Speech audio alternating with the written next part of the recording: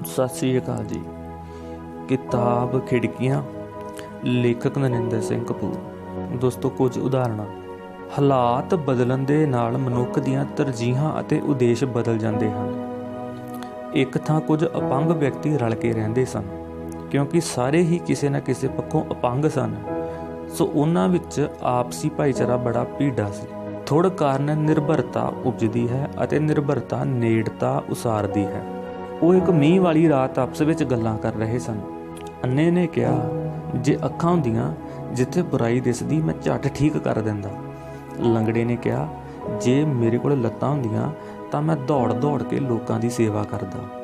ਟੁੰਡੇ ਨੇ ਕਿਹਾ, ਜੇ ਬਾਹਾਂ ਹੁੰਦੀਆਂ ਤਾਂ ਮੈਂ ਬਦਮਾਸ਼ਾਂ ਨੂੰ ਖੂਬ ਦੰਡ ਦਿੰਦਾ।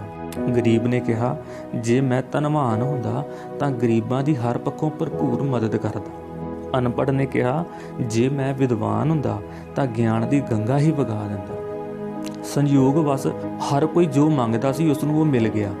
ਉਸ ਤੋਂ ਬਾਅਦ ਅੰਨਾ ਸੁੰਦਰੀਆਂ ਨੂੰ ਵੇਖਣ ਅਤੇ ਘੱਗਰਿਆਂ ਦੀ ਰੌਣਕ ਵਿੱਚ ਗਵਾਚ ਗਿਆ। ਲੰਗੜਾ ਪਰਸ ਅਤੇ ਚੈਨੀਆਂ ਖੋ ਕੇ ਦੌੜਨ ਲੱਗ ਪਿਆ। ਟੁੰਡਾ ਦੰਗੇ ਫਸਾਦ ਕਰਨ ਵਿੱਚ ਰੁੱਝ ਗਿਆ।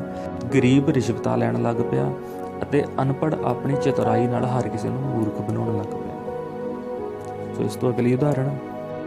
ਰੱਬ ਦੀ ਸੁਣੋ, ਰੱਬ ਕਹਿ ਰਿਹਾ ਹੈ, ਤੁਹਾਡੀ ਬਾਰ-ਬਾਰ ਦੁਹਰਾਈ ਅਰਦਾਸ ਦਾ ਕੋਈ ਮਤਲਬ ਨਹੀਂ ਹੈ। ਮੈਂ ਹਰ ਅਰਦਾਸ ਸੁਣਦਾ ਹਾਂ, ਜਵਾਬ ਵੀ ਦਿੰਦਾ ਹਾਂ, ਤੁਸੀਂ ਜਵਾਬ ਸੁਣਦੇ ਹੀ ਨਹੀਂ। ਸਵੇਰੇ ਸ਼ਾਮ ਇੱਕ ਹੀ ਅਰਦਾਸ ਦੁਹਰਾਈ ਜਾ ਰਹੇ ਹੋ। ਤੁਸੀਂ ਸਮਝਦੇ ਕਿਉਂ ਨਹੀਂ ਕਿ ਤੁਹਾਡੀਆਂ ਅਰਦਾਸਾਂ ਪ੍ਰਵਾਨ ਕਰਨ ਯੋਗ ਨਹੀਂ ਹਨ।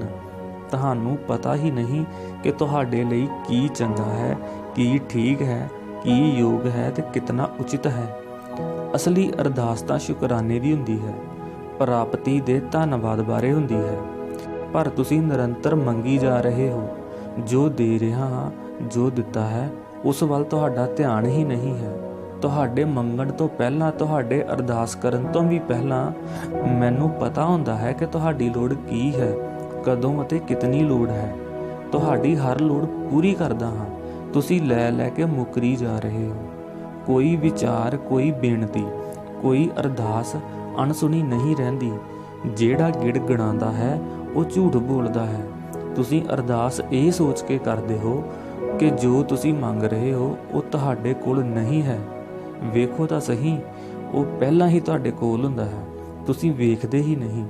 ਪਹਿਲਾਂ ਹੀ ਲੋੜ ਨਾਲੋਂ ਵਧੇਰੇ ਹੁੰਦਾ ਹੈ, ਫਿਰ ਵੀ ਮੰਗੀ ਜਾ ਰਹੇ ਹੋ। ਜੇ ਵਿਸ਼ਵਾਸ ਕਰੋਗੇ ਤਾਂ ਹੀ ਸਭ ਕੁਝ ਮਿਲੇ ਹੋਣ ਦੀ ਸੋਝੀ ਮਿਲੇਗੀ। ਮੰਗਣ ਤੋਂ ਪਹਿਲਾਂ ਜੋ ਮਿਲਿਆ ਹੋਇਆ ਹੈ ਉਹ ਪਛਾਣੋ ਅਤੇ ਜਾਣੋ। ਤੁਹਾਨੂੰ ਮੈਂ ਆਪਣੀਆਂ ਚੀਜ਼ਾਂ ਦੀ ਦੁਰਵਰਤੋਂ ਕਰਨ ਦੀ ਆਗਿਆ ਕਿਵੇਂ ਦੇਵਾਂ?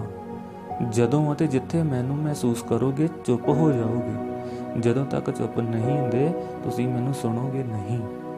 ਸੋ ਇਹ ਉਦਾਹਰਨ ਇੱਥੇ ਖਤਮ ਹੁੰਦੀ ਹੈ। ਹੁਣ ਇਸ ਤੋਂ ਅਗਲੀ ਉਦਾਹਰਨ। ਇੱਕ ਕਿਸਾਨ ਨੇ ਇੱਕ ਘੋੜਾ ਅਤੇ ਇੱਕ ਬਲਦ ਰੱਖਿਆ ਹੋਇਆ ਸੀ। ਘੋੜਾ ਕਿਧਰੇ ਆਉਣ ਜਾਣ ਲਈ ਵਰਤਿਆ ਜਾਂਦਾ ਸੀ। ਇੱਕ ਦਿਨ ਬਲਦ ਨੇ ਘੋੜੇ ਨੂੰ ਕਿਹਾ, ਪਿਆਰੇ ਦੋਸਤ, ਤੂੰ ਚੰਗੀ ਕਿਸਮਤ ਵਾਲਾ ਹੈ, ਪਰ ਮੈਨੂੰ ਤਾਂ ਹਰ ਰੋਜ਼ ਸਵੇਰ ਤੋਂ ਸ਼ਾਮ ਤੱਕ ਕੰਮ ਕਰਨਾ ਪੈਂਦਾ ਹੈ। ਮੈਂ ਥੱਕ ਗਿਆ ਹਾਂ। ਮੇਰਾ ਦਿਲ ਕਰਦਾ ਹੈ ਕਿ ਮੈਂ ਇੱਕ ਦਿਨ ਰੱਜ ਕੇ ਆਰਾਮ ਕਰਾਂ। ਘੋੜੇ ਨੇ ਮਦਦ ਕਰਨ ਦੀ ਹਾਮੀ ਭਰੀ ਅਤੇ ਬਲਦ ਨੂੰ ਕਿਹਾ, ਤੂੰ ਸਵੇਰੇ ਚਾਰਾ ਨਾ ਖਾਈ। ਮਾਲਕ ਸਮਝ ਜਾਵੇਗਾ ਕਿ ਤੂੰ ਬਿਮਾਰ ਹੈ। ਉਹ ਤੇਰੀ ਥਾਂ ਮੈਨੂੰ ਵਰਤ ਲਵੇਗਾ। ਬਲਦ ਨੇ ਇਵੇਂ ਹੀ ਕੀਤਾ, ਪਰ ਕਿਸਾਨ ਦੀ ਗੈਰ ਹਾਜ਼ਰੀ ਵਿੱਚ ਉਹ ਚਾਰਾ ਖਾ ਲੈਂਦਾ ਸੀ। ਦੂਜੇ ਦਿਨ ਵੀ ਬਲਦ ਨੇ ਕਿਸਾਨ ਦੇ ਸਾਹਮਣੇ ਚਾਰਾ ਨਾ ਖਾਧਾ। ਤੀਜੇ ਦਿਨ ਵੀ ਇਵੇਂ ਹੀ ਕੀਤਾ। ਚੌਥੇ ਪੰਜਵੇਂ ਦਿਨ ਥੋੜ੍ਹਾ ਜਿਹਾ ਖਾ ਲਿਆ। ਇਵੇਂ 7 ਦਿਨ ਲੰਘ ਗਏ। ਆਖਿਰ ਘੋੜੇ ਨੇ ਬਲਦ ਨੂੰ ਕਿਹਾ, ਅੱਜ ਮਾਲਕ ਗਵਾਂਢੀ ਨੂੰ ਕਹਿ ਰਿਹਾ ਸੀ ਕਿ ਜੇ ਬਲਦ ਇੱਕ ਅੱਧੇ ਦਿਨ ਵਿੱਚ ਠੀਕ ਨਾ ਹੋਇਆ ਤਾਂ ਕਸਾਈ ਨੂੰ ਵੇਚ ਦੇਵਾਂਗਾ। ਕਸਾਈ ਦਾ ਨਾਂ ਸੁਣ ਕੇ ਹੀ ਬਲਦ ਠੀਕ ਹੋ ਗਿਆ।